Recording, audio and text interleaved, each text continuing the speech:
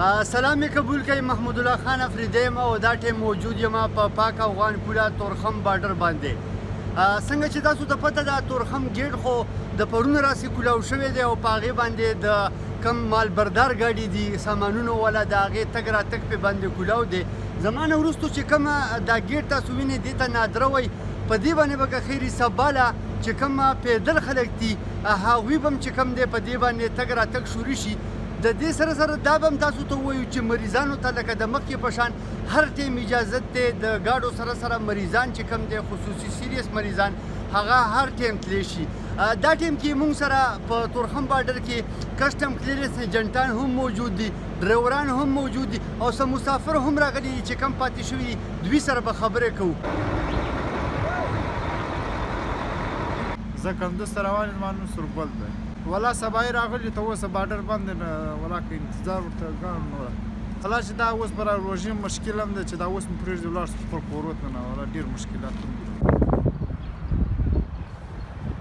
محمد ګل دی، زه د لاهور نه راغلی یم، دلته ځم افغانستان کندوز ته ځم. کیسه داسې کیسه ده ول ووځئ نو وخت یې راکړی تر 13 تاریخ. ابلان خبرې کوم کسټم ټریډینګ ایجنټ ما پښتانه دي هر طرفه شینوالي دي مخیم دي هم دي لکه بین الاقوامي په توګه باندې کته چلې لاړ شي نو په دواړو بارډرو چې څومره خلک پراته هغوی ته سهولتونه شته او داسې ستونزې نه دي لکه کومې چې راغلې وي.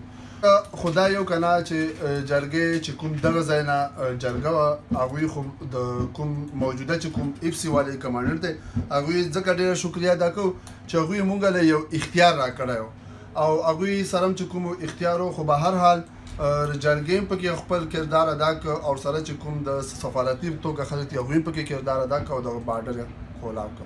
کم از کم د یو ارب خواوشه ډالر به چې کوم دی که نه تاوان به شوی ځکه چې اوورال په دغه کې مزدور دی، په دغه کې تاجر دی، په دغه کې کلیرینګ ایجنټ دی، په دغه کې حکومت دی. زما نوم خو ایران شینواره ترانزیټ مې راچولو چې له هغه نه درومه په تورخم له سره 28 ورځې مو وشوې او ټیرونه پکې خلاص شو. ولې نه یې خوشحاله څه نه یې خوشحاله چې بیا دا ستونزه مو سره راولي ځکه چې دا خو د انټرنیشنل ګیټ دی سره که چې دا ګیټ نه بندېږي.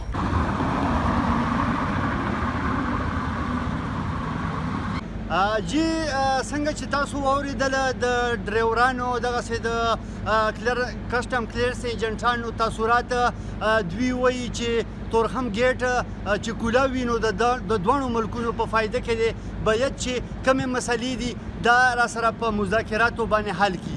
محمد الله خان آفریدی، سنو، پختونخوا، خیبر.